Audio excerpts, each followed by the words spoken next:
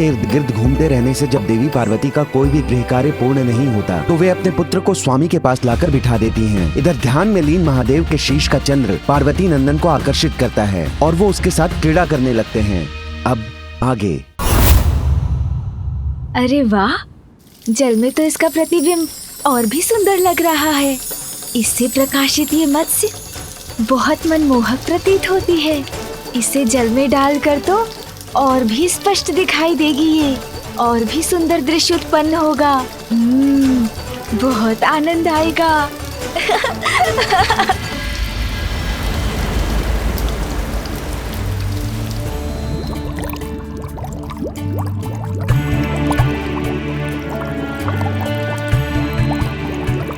समुद्र देव, क्या आप ये अनमोल मोती देवी पार्वती और उनके पुत्र को उपहार स्वरूप भेंट करेंगे? हाँ मंत्री जी, मैं स्वयं कैलाश लेकर जाऊंगा इन्हें।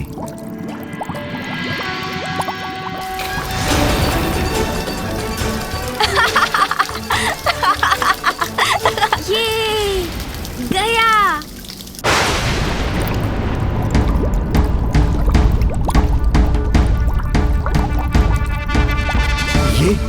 ये अकस्मात क्या हो रहा है? मेरे जल में ये कैसी हलचल हो रही है और ये प्रकाश कैसा है?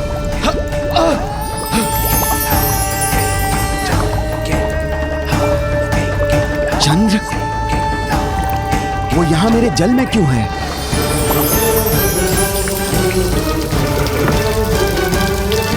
चंद्रमा के प्रकाश से ही मेरे नेत्र चकाचौंध हो रहे हैं।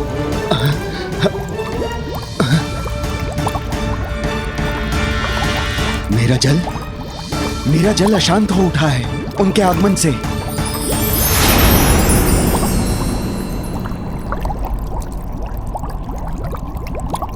अब पुनः सब शांत हो चुका है।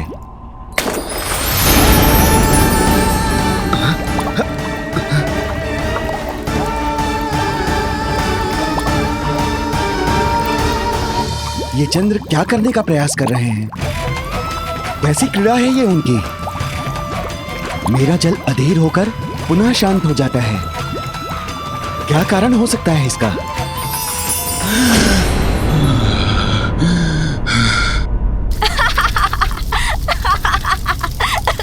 मुक्त करो मुझे, मुक्त करो।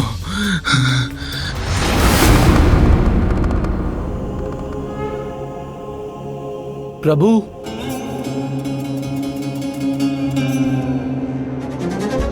प्रणाम प्रभु। नंदी, कहो क्या बात है? क्या हुआ है? प्रभु, चंद्रशेखर शेखर चंद्र नहीं है।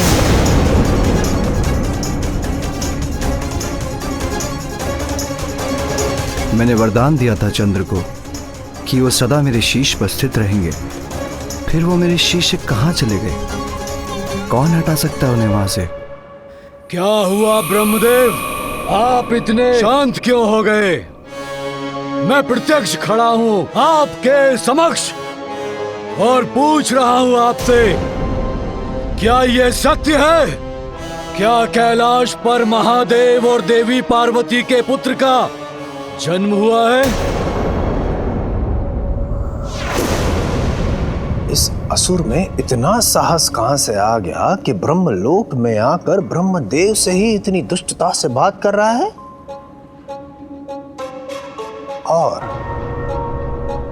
और भोलेनाथ और माता पार्वती के पुत्र में इतनी रुचि क्यों है इस राक्षस को? नारायण नारायण।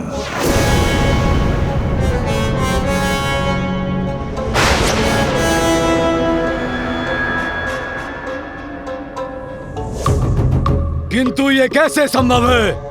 महादेव ने तो वचन दिया था देवताओं को, उनके और देवी पार्वती के संयोग से उन्हें कोई संतान नहीं होगी। यदा यदा हि धर्मस्य ग्लानिर्भवति भारतः अभ्युत्थानम् अधर्मस्य तदात्मानं सृजाम्यहम् परित्राणाय साधूनां विनाशाय च दुष्कृताम् धर्म संस्थापनार्थाय संभवामि युगे युगे।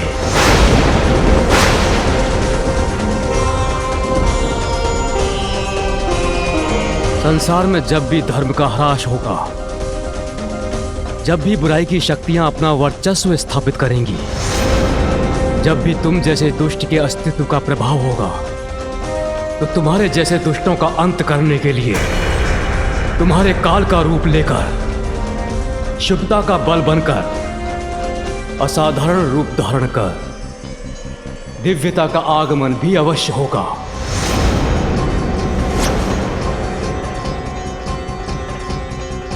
कैलाश में महादेव और देवी पार्वती के पुत्र के रूप में जिसका जन्म हुआ है,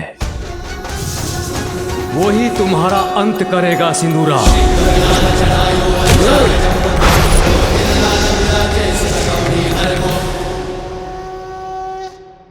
ब्रह्मदेव, मुझे भयभीत करने का प्रयास कर रहे हैं आप। एक बालक अंत करेगा मेरा? कदापि नहीं। क्या आपको स्मरण नहीं है कि मैं अपराजेय हूं? आप विष्णु या स्वयं महादेव भी मुझे पराजित नहीं कर सकते। ये तुम्हारा दुर्भाग्य है कि मुझसे प्राप्त वरदान की शक्तियों का अनुचित प्रयोग करके तुम एक पापी दुष्ट असुर बन गए सिंदूरा। किंतु पापी कभी अजेय नहीं होते। ये ज्ञात होते हुए भी तुम अपने कुकृत्यों में लिप्त हो।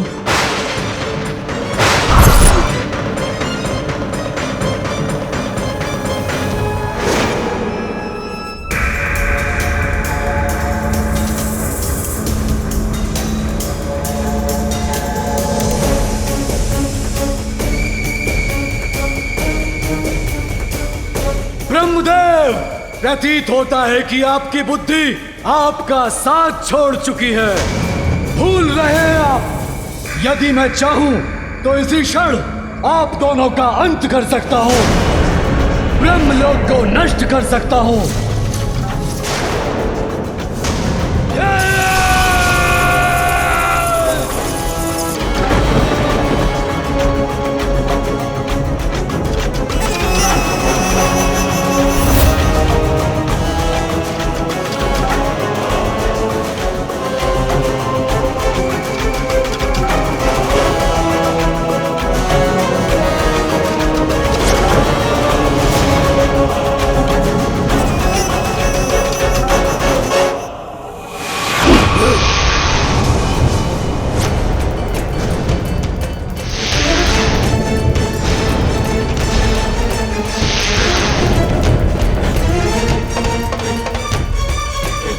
बस सिंदूरा, बहुत हुई तुम्हारी धृष्टता। सृष्टि के रचयिता ब्रह्मदेव का अपमान करने का दुस्साहस कैसे किया तुमने? देवी,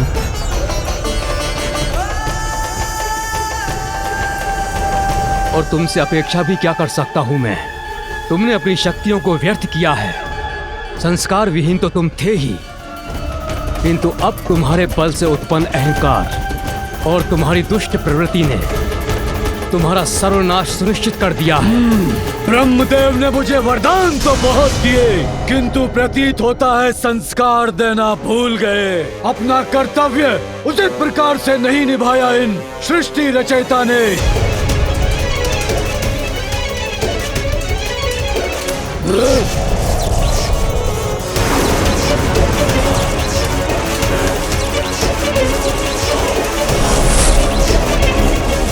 बहुत हुआ ये प्रलाप। अब मैं उस बालक का वध करूंगा। सिंदूरा का अंत कोई नहीं कर सकता, कोई नहीं। उस बालक का अंत कर आपके ब्रह्मलोक को नष्ट करने के लिए शीघ्र लौटूंगा मैं। अजय तो आपने ही मुझे बनाया है ब्रह्मदेव, तो मेरे पराक्रम के परिणाम का सामना करने में कैसा संकोच पिताश्री।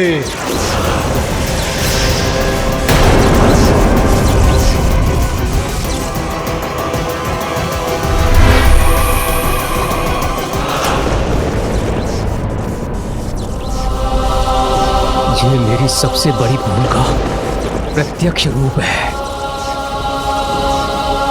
ब्रह्मदेव, क्या सुना मैंने अपने कानों से नारायण नारायण, उस दुष्ट राक्षस ने भी आपको पिता कहकर संबोधित किया? आप ही उस दुष्ट दानव के पिता हैं? नारायण नारायण। मैं आपके सभी प्रश्नों का अवश्य उत्तर दूंगा देवर्षि, किंतु इसके पूर्व मुझे उसकी उपस्थिति से दूषित हुए ब्रह्मलोक को पुनः पवित्र कर लेने दीजिए।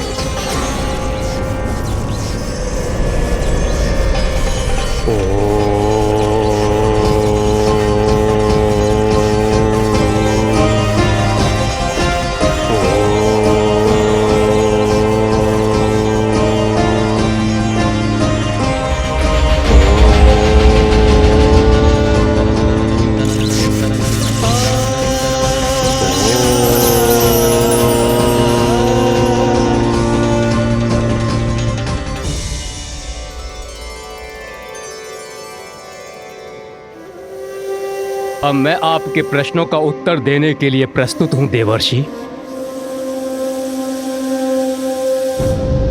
प्रभु, भला ये कौन कर सकता है?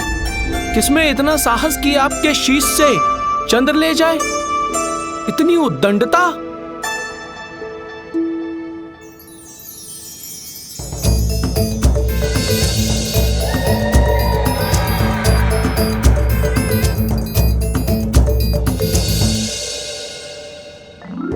अवश्य मेरा पुत्र ही चंद्र को ले गया होगा।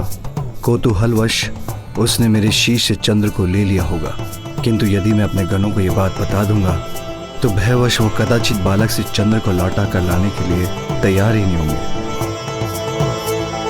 तुम सभी जाओ और शीघ्र चंद्र को ढूंढ कर लाओ। जी प्रभु।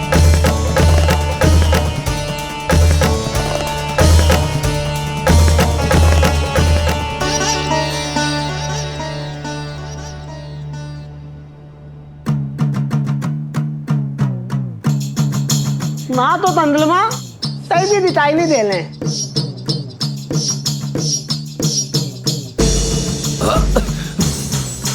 अरे क्या कर रहे हो तुम लोग?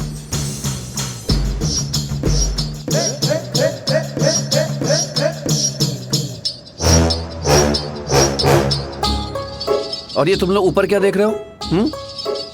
और नीचे देखकर क्यों नहीं चल रहे हो? प्यास लंदी थी। अरे आप इतना भी नहीं समझते। अरे हम लोग तंदलमा तो ढूंढ रहे हैं ना, तो आसमान में ही मिलेंगे ना। ये नीचे ढूंढो भाई, ढूंढो। इसको समझाना और इन गणों को समझाना असंभव है। मैं आके ढूंढता हूं।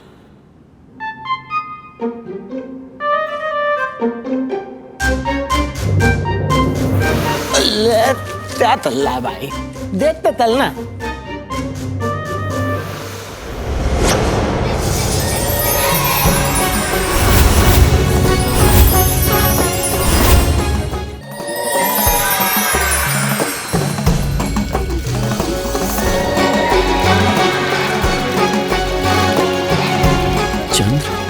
यहाँ इस बालक के पास है। ये तो उनके साथ क्रीड़ा कर रहा है। मलदार चंद्रमा तो इस बालक के हाथ में देती लंदी थी, देती है। अब महादेव के पुत्र से चंद्र को कैसे मुक्त कराएंगे हम? कैसे लौटा कर ले जाएंगे उन्हें? इससे और रेखा खींचता हूँ।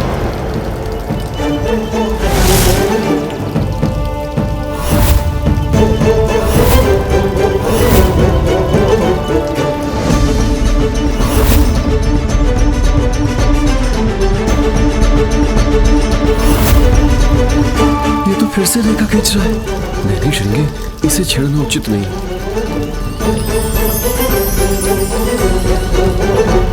पुनः कठिनाई उत्पन्न हो गई। इसका क्या समाधान है?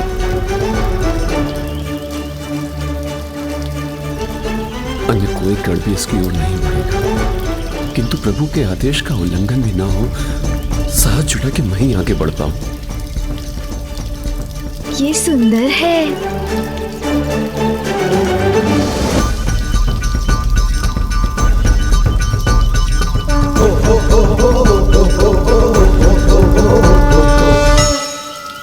ये परछाई किसकी है?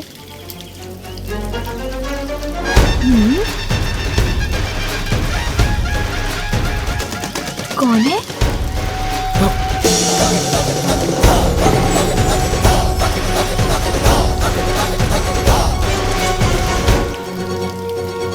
बालक, ये चंद्र है। इसके साथ तुम क्रीड़ा नहीं कर सकते हो। अब इसे मुझे लौटा दो। हाँ, लौटा दो। महातेजस्वी और शक्तिशाली हूँ मैं। मेरा ये अस्त्र जिससे मैं सभी दुष्टों का अंत करूँगा, इसे मैं किसी को नहीं लौटाऊंगा।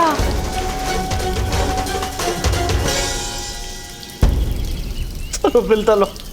अरे तलो, अरे तोतला हम रसोई घर में नहीं है, अभी हम बालक के समक्ष हैं। बालक ते तमत्ते तिले तो तेरा हूँ। चलो चलो छिपतो आते।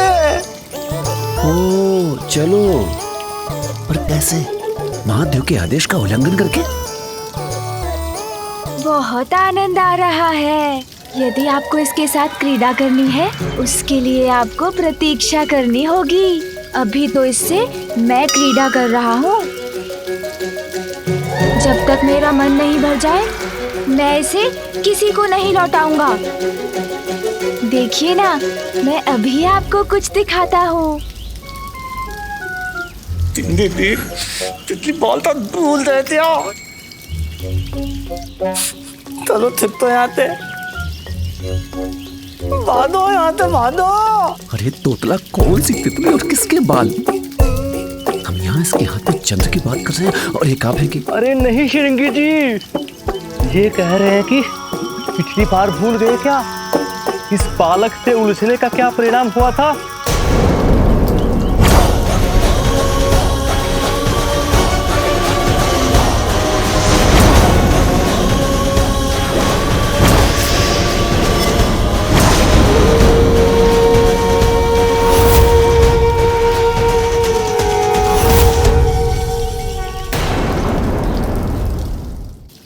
दिखाता हूँ, इसे मैं आकाश में कितने ऊपर तक फेंक सकता हूँ।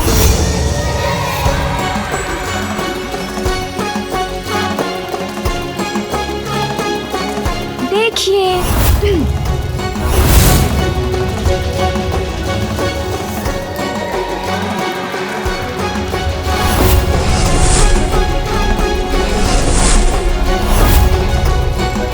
देखा देखा, आप लोगों को अच्छा लगा ना? भागो।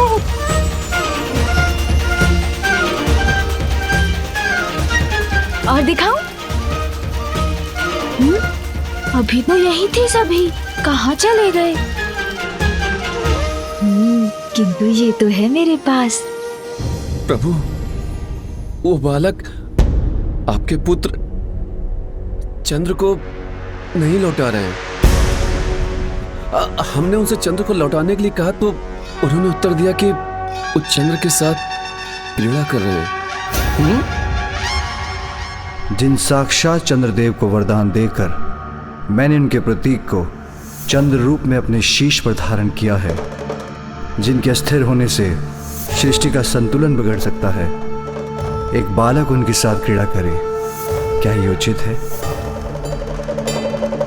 नंदी, तुम जाओ और शीघ्र चंद्र को लौटा कर लाओ। उन्हें उनके उचित स्थान पर स्थापित करो। जी प्रभु।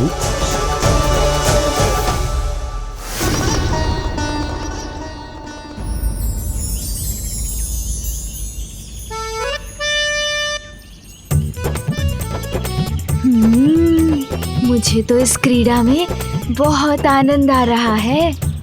इसे पुनः उछाल कर देखता हूँ। इतना सुंदर फल,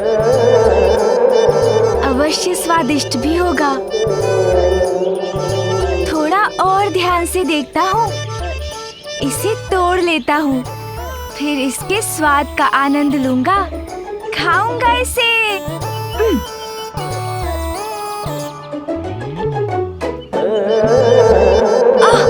ऊंचाई पर लटका है, मेरी पकड़ में ही नहीं आ रहा। ऐसे तो नहीं तोड़ सकूंगा, कोई युक्ति लगानी होगी।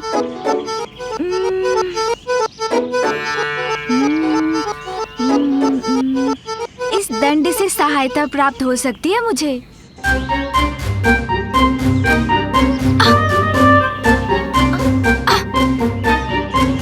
पहुंच तो रहा हूँ, किंतु लक्ष्य नहीं साध पा रहा हूँ। कुछ और करना होगा।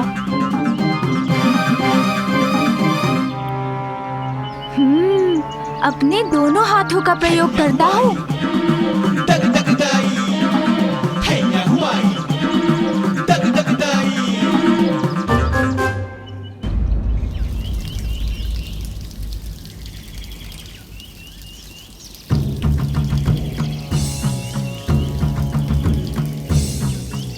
बालक को यहीं कहीं होना चाहिए। यहाँ से अधिक दूर तो नहीं जा पाया होगा।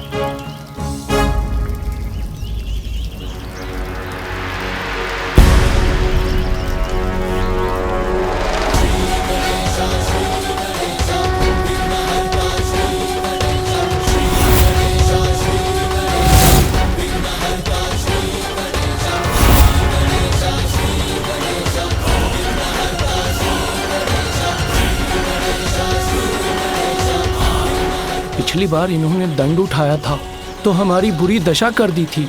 इस बार न जाने क्या कर बैठे। अब मैं प्रभु की आज्ञा का पालन कैसे करूं? इनसे चंद्रमा कैसे प्राप्त करूं?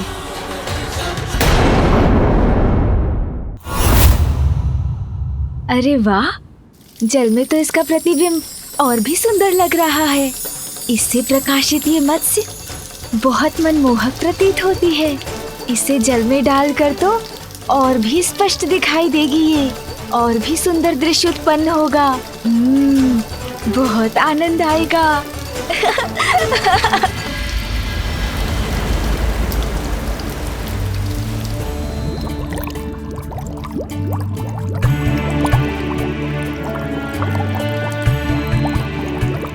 समुद्र देव, क्या आप ये अनमोल मोती देवी पार्वती और उनके पुत्र को उपहार स्वरूप भेंट करेंगे? हाँ मंत्री जी, मैं स्वयं कैलाश लेकर जाऊंगा इन्हें।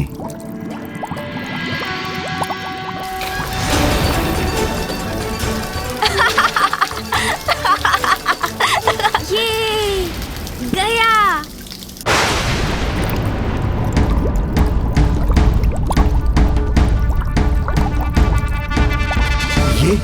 ये अकस्मात क्या हो रहा है? मेरे जल में ये कैसी हलचल हो रही है? और ये प्रकाश कैसा है?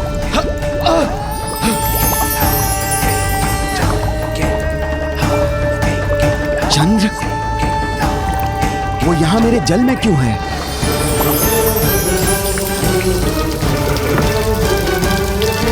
चंद्रमा के प्रकाश से ही मेरे नेत्र चकाचौंध हो रहे हैं।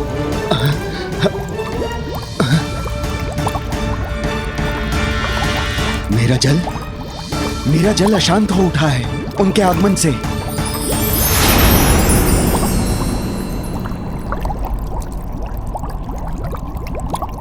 अब पुनः सब शांत हो चुका है।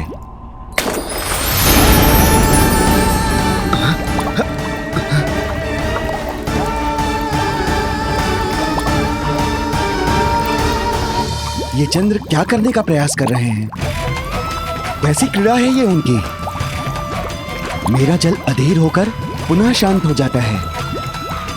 क्या कारण हो सकता है इसका?